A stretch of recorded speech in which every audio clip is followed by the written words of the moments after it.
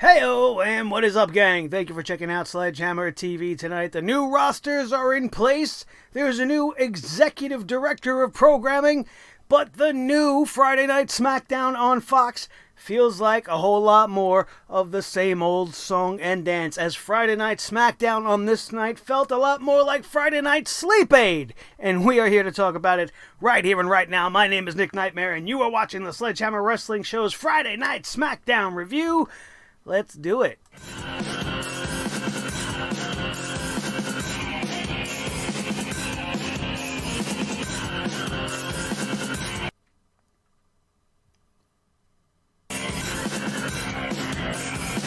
Sledgehammer Wrestling Show.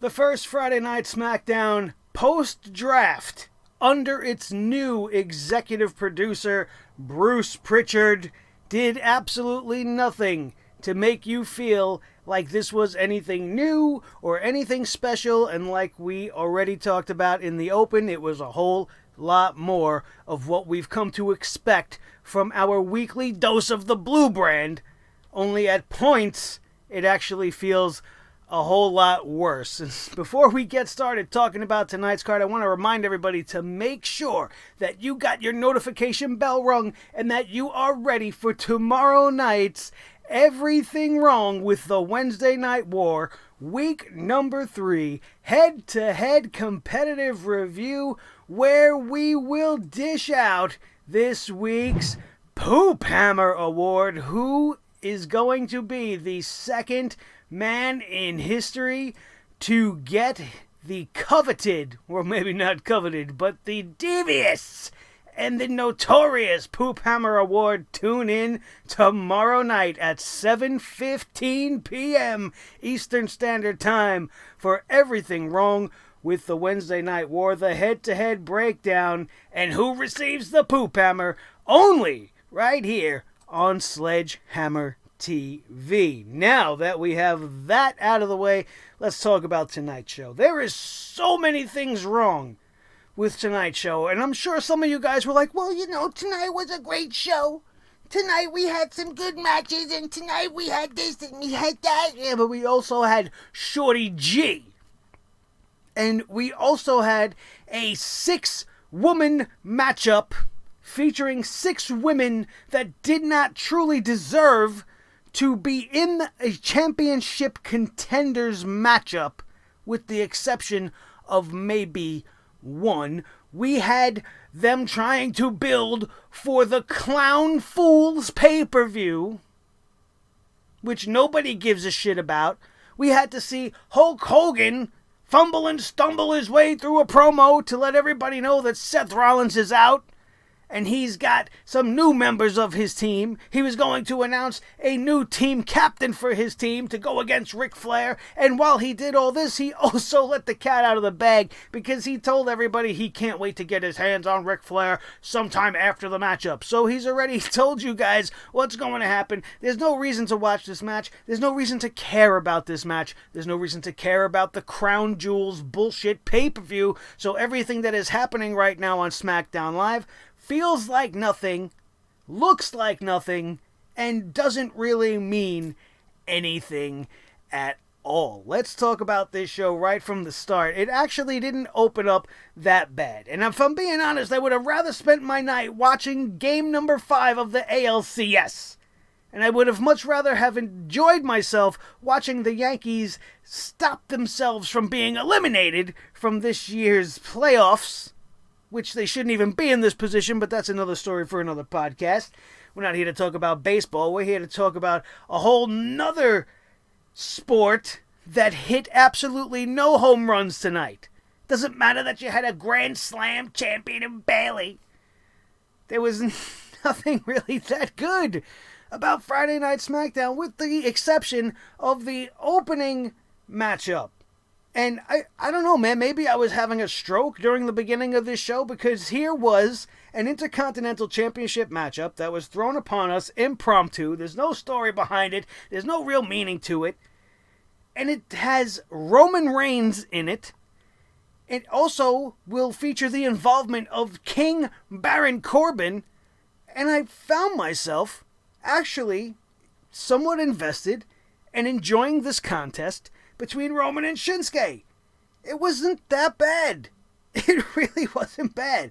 The one thing that I do not understand is after Roman Reigns would get the win over Shinsuke via disqualification, which was the right move. I didn't mind the interference from Baron Corbin, although it didn't really make much sense. All of this is being built off of the fact that Shinsuke and Corbin are upset that Roman Reigns was drafted higher than they were. Oh, boo-hoo! The meaningless draft! We're gonna make matches based off of that! Who cares, man? That is such a stupid reason to have a matchup. That is a stupid reason to put your championship on the line. When you think about it, really. And to make things even stupider, you have the involvement of Daniel Bryan. And I think it's just the WWE has come to terms with the fact that fans on the average, they don't want to boo Daniel Bryan. The new Daniel Bryan was great. The new Daniel Bryan was having what I thought a career resurgence as this heel persona. And the new Daniel Bryan was my favorite thing towards the end of SmackDown Live about SmackDown before they ruined him. And now here we are. We return to the old Daniel Bryan. But the only thing I want to happen out of this is somehow this be building towards the implosion of Roman Reigns and Daniel Bryan. We've seen Reigns and Bryan tangle before, but imagine Roman Reigns turns heel. Imagine in a couple of months, Roman Reigns does what Bayley is doing, and he finally says, oh, turning my back on the fans, you were never really there with me anyway. I don't give a damn about this little Daniel Bryan. You know the WWE is going to make it into a height thing, because that's what they love to do.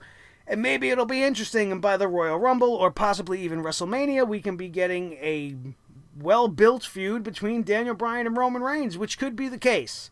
That could be what all of this is about. But other than that, the return to the old Daniel Bryan just seems like a desperation move. You know, and SmackDown really doesn't have that number one heel guy outside of Brock Lesnar, who's part-time. He didn't want to show up for work tonight. It's a thing that we've become accustomed to when Brock Lesnar is a champion. He don't come around to play. He's not even playing with the wrestlers in the yard. He's playing with some other guy that shouldn't be around. So he doesn't even count anymore, in my opinion. But maybe we get a turn by Roman. Maybe we get a turn again by Daniel Bryan, and this was all a ruse, and he goes back to being the old, new, or rather the new Daniel Bryan, and was just trying to mess with Roman the whole time. Who knows? Who knows? But you can't really get too down on it until we see what they really have in store down the line. This is the only thing that SmackDown kind of has going for it. Everything else just seems like nonsense and just put together garbage.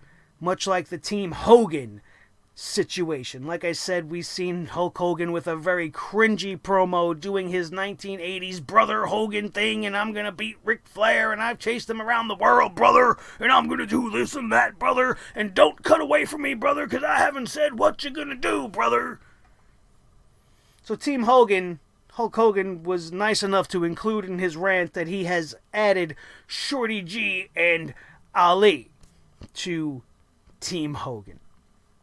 Fantastic. Good for them. They'll get a nice paycheck for being over at the Crown Jewel. We had Shorty G versus Curtis Axel, which absolutely pissed me off. And it pissed me off on multiple levels, not just because we had Shorty Gable with his name in the graphics announced as Shorty Gable, and he would then go further to shorten it after this really kind of forced, ridiculous promo. You can do it, don't take whatever it is that bullies are calling you and own it, and you could be Fatty McNichol, and we could have Baron Corbin be Baldy Corbin, and we could have Tucker be Fat Tucker, and Otis the Pancake Eater, and all this stupidness.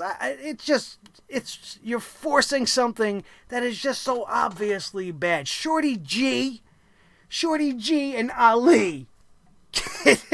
Shorty G and Ali sounds like a 1990s Nickelodeon animated sitcom. Shorty G and Ali.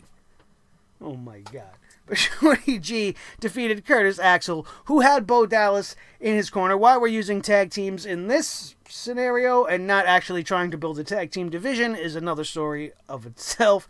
But Curtis Axel, like I was saying before I got sidetracked by the whole Shorty G and Ali nonsense, Curtis Axel is a third-generation superstar. He's the son of Mr. Perfect Kurt Hennig.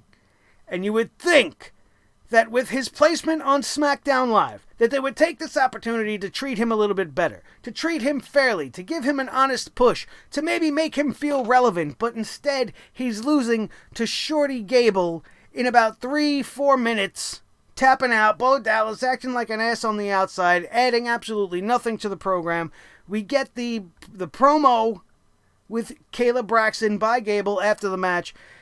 You think this holds me back, but that's not the case. I use this Shorty thing as fuel to make me the best, and while I can respect the message that you're trying to send, it just came off so cringy and so silly.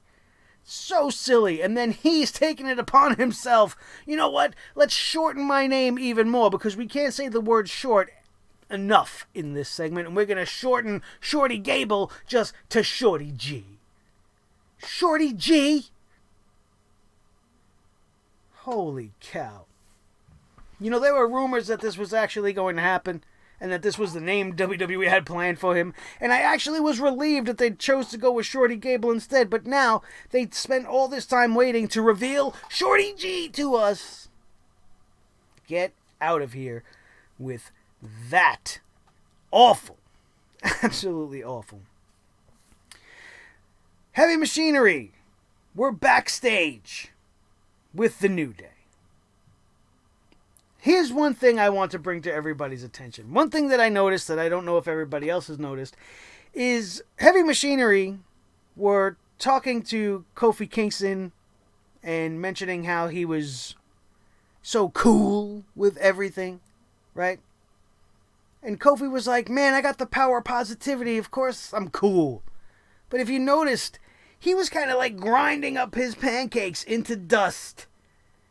It was weird. It was like he was holding back his rage. Like the power of positivity really isn't helping Kofi, and he's just masking everything with pancakes and singing songs and whatnot. I thought this was very, very interesting to see coming from Kofi Kingston, and I actually enjoyed it very much. However, what I didn't enjoy was the rest of the segment, where they wanted to just point out, the Heavy Machinery that is, wanted to point out, hey, we're all going to be against each other at the Crown Jewel in this stupid Best in the World Tag Team Championship tournament that somehow Shane McMahon will probably come back and win and ruin. Anyway, they want to make Kofi feel better about losing the championship. He says he's feeling good. He's got the power of positivity, but he definitely was looking like he was crushing pancakes and gritting through his teeth. Otis then dumped a bunch of protein powder in a vat of pancake mix that he was apparently mixing. He wanted to share it with the New Day, and then this guy picks it up and chugs it. He gets it all in his beard. It was nauseating. He starts headbanging and doing all this stuff, and I'm sure some of you guys found this amusing. Me, I didn't. I don't like seeing Heavy Machinery in this clown role. You all know, if you have been fans of the show, how I feel when they use the New Day as New Day Comedy Hour. It's not what I like to see from them. I much prefer the New Day to have their fun, but then be serious when the time calls for it. This just seemed like a forced segment that didn't need to exist. They could have very much had the 8-man tag without this happening. If you enjoyed it, I'm happy for you. Me, on the other hand, look at it and I just want to close my eyes and turn away, because it's just not what I tune into wrestling to see. Ridiculous. I mean, this was like a you can't do that on television segment. And those of you old enough to know that show, that you know what I'm talking about, and it's just, I don't need that in my life anymore. When I was 8, I barely found it entertaining. I'm dating myself here with that. We're talking over 30 years ago. Anyway, let's get back to the action here. Shorty Gable defeated Curtis Axel. Like we said, we hated all of that. Heavy Machinery and the New Day defeated the Revival and the Rudolphs. The Ziglorious Rudolphs, who were in this matchup, finally on SmackDown Live. They are part of the SmackDown Live roster. There is no reason why they couldn't have taken the pin in this matchup. If you are going to give a token win to the good guy tag teams in this scenario leading into this Crown Jewel pay-per-view, then why are you pinning the champions? It doesn't matter how entertaining this match was. It actually wasn't that bad. It wasn't too silly. It had a couple of over-the-top moments when we had Big E and Otis gyrating at each other, which was obscene and disgusting. But funny. It made me chuckle, and it's something you don't see every day. It's something that you would expect from a regularly formed tag team, but it was a cool little impromptu moment. It was slightly silly, but I forgave it. It was not that bad, but the SmackDown Tag Team Champions, the Revival, continued to be booked like absolute garbage, and they were pinned in the ring by the New Day once again, and I don't understand why this continues to happen. There is no need to be pinning your champions. I was very grateful that in the opening segment they didn't pin Shinsuke Nakamura. I would come to regret that later on in the evening. On a lighter note, we had a very good promo by Daniel Bryan. He wanted to talk about how he and Roman are going to put the two kings in their place. Shinsuke, the king of strong style, and the current king of the ring, Baron Corbin. They announced that tag team matchup is going to happen later on that night. They showed a video package for Ali. And I don't know why I just said his name in 2 syllables. It's really just Ali, and it should have came out better than that. But let's not focus on my flubs. This promo by Ali was great. This kid speaks from the heart. He speaks with conviction. You can get behind a kid like this. He has a very positive, very hopeful message. But we've seen this before. And hopefully the WWE doesn't waste it this time. You could build him back up through these promotional packages. This is a new show. This is a new roster. You got new eyes on the product. You can build him back up using the same techniques you did the first time, but don't knock him down by making him lose week after week after week. This has to lead to something bigger for Ali. This was a good promo. I like when they do things like that, and when he speaks, you listen. There's something about him. He's got the it factor, I guess. There's just something special about him. And I want to see him succeed. I want to see him booked in the proper light, and hopefully this is the first step down that road, and they don't just serve him up to the first person that they see fit. Miz TV with the SmackDown Women's Champion Bayley. Bayley came out with her new music. She wasn't smiling, which I was appreciative of. She's got her new goth makeup, her new goth haircut. Everything that I said she should be doing. She came out with Sasha Banks, her biggest supporter and very best friend in the world. She wanted to remind everybody on Miz TV about how she beat Charlotte Flair, which is fine. The Miz wanted to make this interesting, and he would do so by pushing Bayley on why she continues to want to act like Brock Lesnar and be the silent champion, with Sasha Banks on her arm as her Paul Heyman, so to speak. This didn't go over well with the SmackDown Women's Champion. He continued to stir the pot, pointing out and saying that Bayley will always end up playing second fiddle to Sasha Banks. This got Sasha Banks hot. She started to come at The Miz. Bayley then decided to defend herself. She called her Bayley buddies Bayley Bellies. She said, the Bayley Bellies. She's a little bit of a flub there. But Bayley blamed all of her recent changes on the fans not supporting her, which I'm going to call bullshit on. When anything bad happens to Bayley, she has a legion of fans that reach out and love her and want to give her all the hugs and things that she was claiming that she was not given after losing the title. And where was Sasha Banks after losing the title? Somebody was there. You can't say nobody in a definitive term when you know for a fact that somebody was actually there. Be that as it may, this was her reasoning, which was total bullshit. But this whole promo by Bayley was lacking real emotion.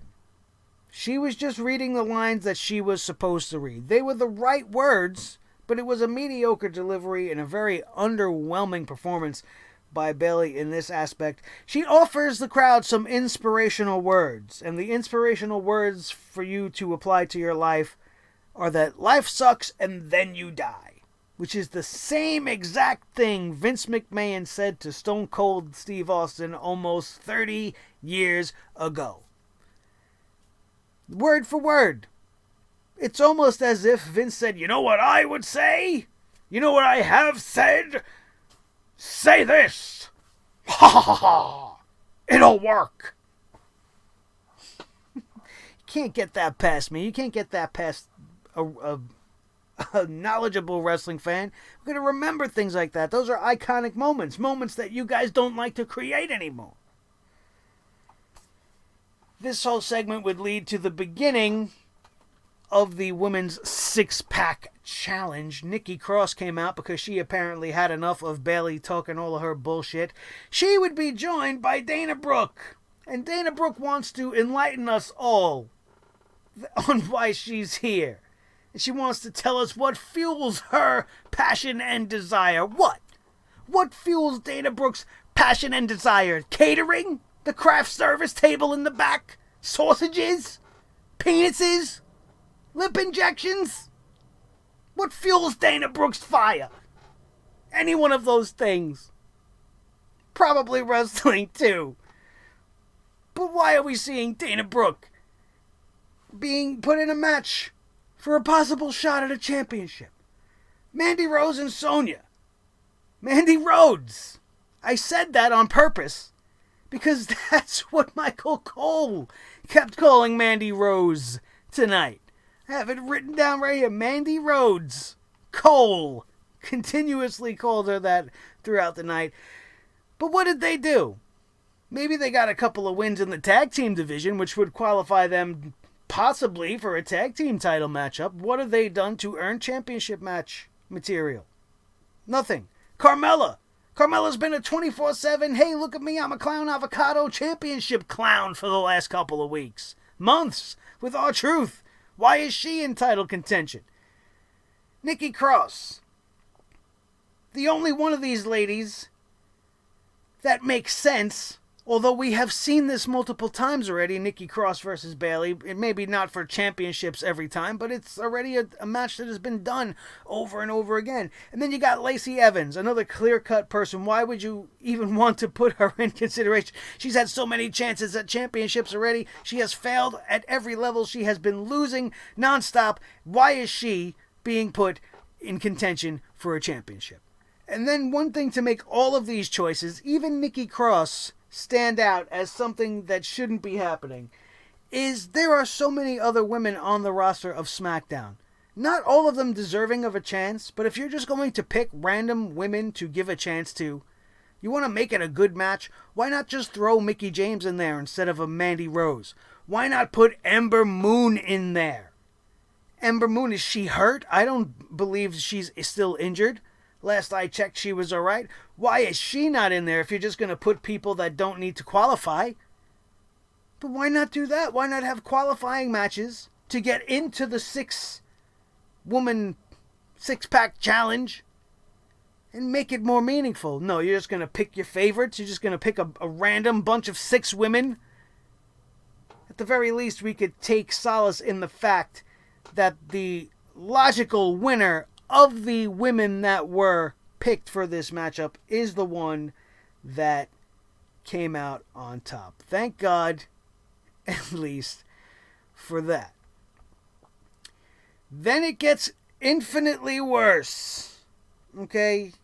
Braun Strowman defeats Drew Gulak.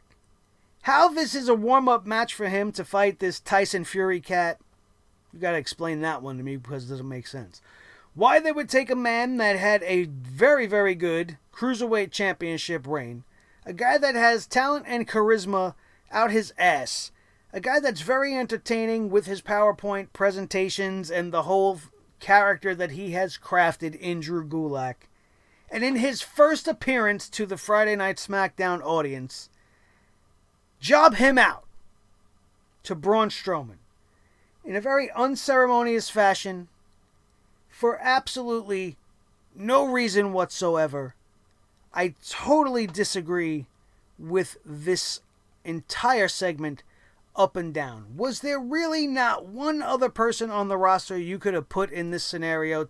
Could you have not picked maybe somebody who was supposedly a friend of Tyson Fury that was in the audience and give us some useless jobber-like matchup that it would at least make sense because it is leading towards the confrontation between Strowman and Fury?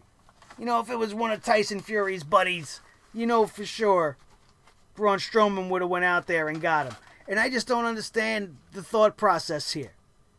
I really, really don't. It was fucking ridiculous.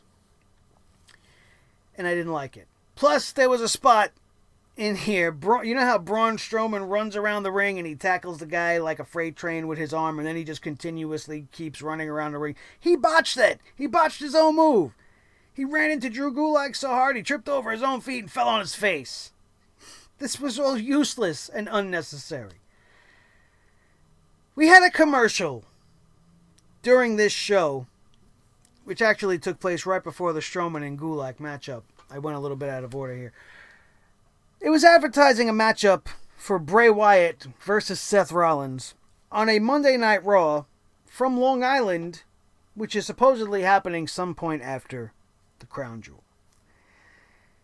They wanted to take a moment to show us the previously on Firefly Funhouse. You knew for a fact we probably weren't going back there since Seth Rollins burned it to the ground, which is what they wanted to show us. They wanted to show us how Rambling Rabbit, Seth Rollins' #1 fan, was murdered by Seth Rollins. And they wanted to make sure that they added the little caveat, the little stipulation when referencing this matchup between Seth and Bray at the Crown Jewel, which is Falls Count Anywhere and cannot be stopped for any reason.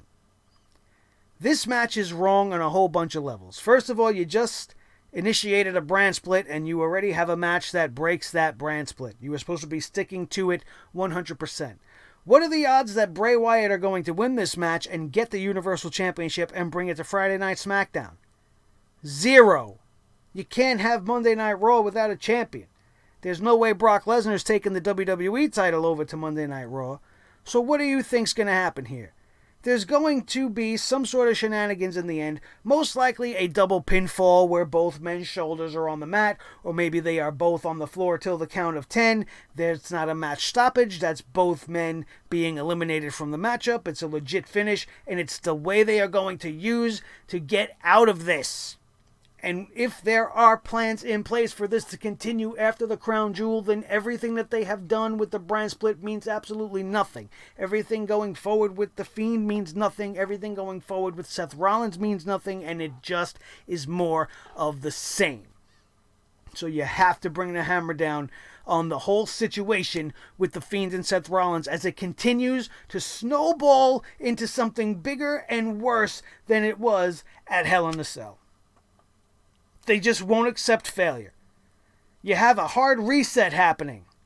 Just scrap it. You took Seth Rollins out of this stupid tag team matchup to have this stupid championship matchup.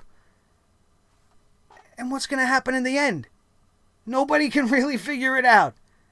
The only thing you could think of is Seth Rollins, by hook or crook, is going to somehow retain that championship and keep it on that show. It's the reason why he was drafted first. Oh my God. So much badness. Just like the main event on this evening. Roman Reigns and Daniel Bryan versus Shinsuke Nakamura and King Corbin didn't need to happen. I thought the opening segment was fine. Like I said, I enjoyed it. I thought the way it ended, while I had my questions about Daniel Bryan, was just fine. And I thought it would lead well into next week. But instead they want to throw a secondary match at you to try to further this along, and this makes things infinitely worse. Because here you have a matchup where Roman Reigns and Daniel Bryan end up defeating Shinsuke Nakamura and King Corbin, and you're in a no-win situation.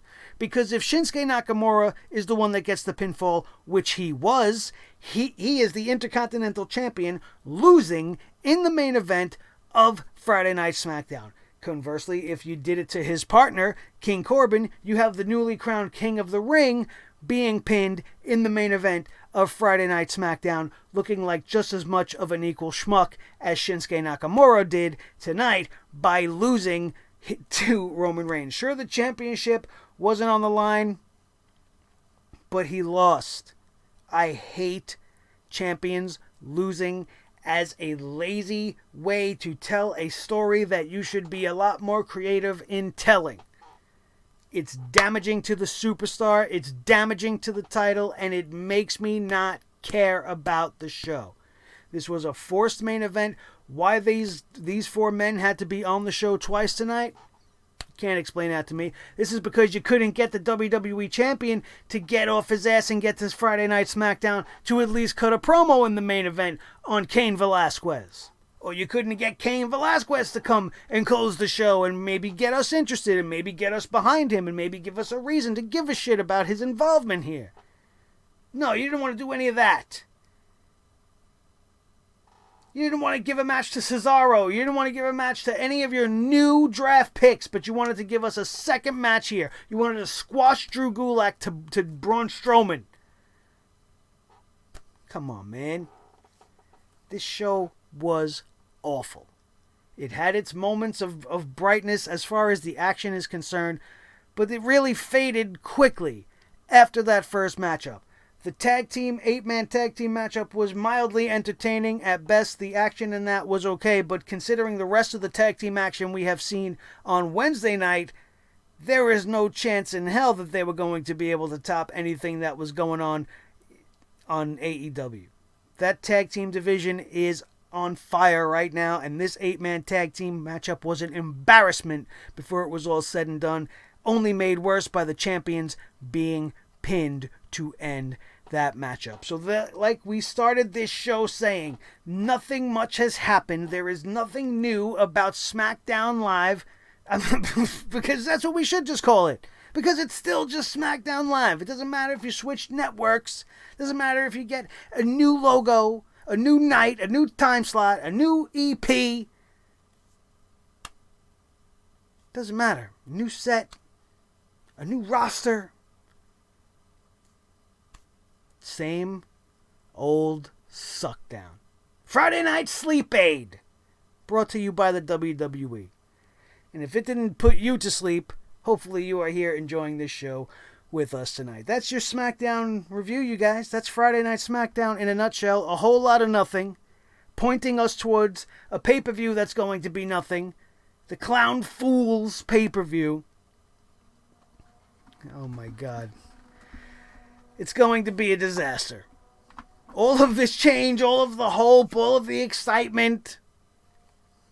It's going to be a disaster. And everything that we pointed out on this show for tonight's episode of SmackDown Live is 100% proof of that. Thank you so much for being here with us tonight. Don't forget, once again, let's pull the picture up. Let's make tomorrow night's live premiere of Everything Wrong with the Wednesday Night War, the biggest one yet on Sledgehammer TV.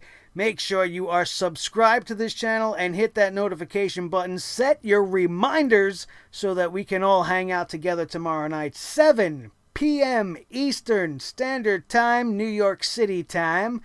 Make sure you're here for this and we can find out who is the poop hammer of the week. Bum, bum, bum. I don't know where that song just came from. I don't know if we're going to use it from this moment on. However, this is going to be a great episode of the Wednesday Night War head-to-head breakdown. I hope to see you guys all come out. Talk to me in the chat room, and then maybe we'll be in the comment section for a while after. If you happen to miss the live broadcast, make sure you get to it as soon as possible. Other than that, we have everything else from the week that you have missed right here up in the annotations. You have everything wrong with AEW, everything wrong with NXT, everything wrong with Monday Night War, with Monday Night Raw.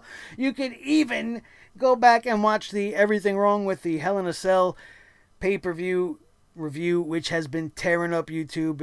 It's doing fantastic. It's one of the best performing videos that we've had on this channel to date as far as pro wrestling pay-per-view reviews are concerned, and it's very exciting, and I want to thank you guys for your continued love and support of this channel. Make sure you watch all of that, and as a special gift to all of you guys for hitting 2K, I put up my latest episode of Sledgehammer, which is me taking my first attempt at drawing the legit boss, Sasha Banks. We sketched her in grayscale with pencil and took us about an hour and a half to do in real time, but you get to watch it unfold before your eyes in just a little over 3 minutes. You can check that out. It'll be in the annotations up above as well. Let me know what you liked about that.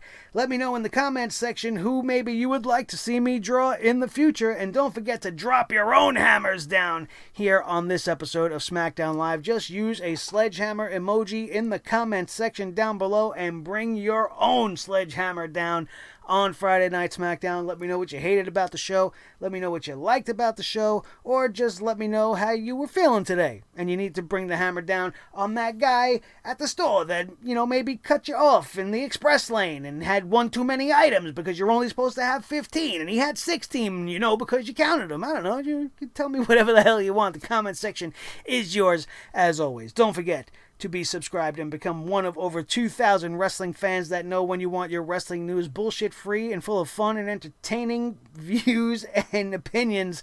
Sledgehammer TV is the place to be. Smash that like button if you enjoyed anything that we had to say or anything that we did here today. And if you will be coming back for more, that's another good reason to hit that like button, and then share this video with each and every one of your wrestling buddies all over the wrestling world, especially if they felt as disappointed in tonight's Friday Night SmackDown as you and I did. Don't forget to be following me on social media at Nick Nightmare. The handle is right down there. And on the Instagram at Nick_Nightmare. You can see that right there as well. I look forward to seeing you guys online everywhere. I look forward to seeing you guys down in the comment section. And I look forward to seeing you as we continue to bring the hammer down on the professional wrestling world, one show at a time. That, my friends, is going to do it, and we are out of here, and we will see you next time right here on your new favorite wrestling show, the Sledgehammer Wrestling Show, only on Sledgehammer TV, right here on YouTube.com.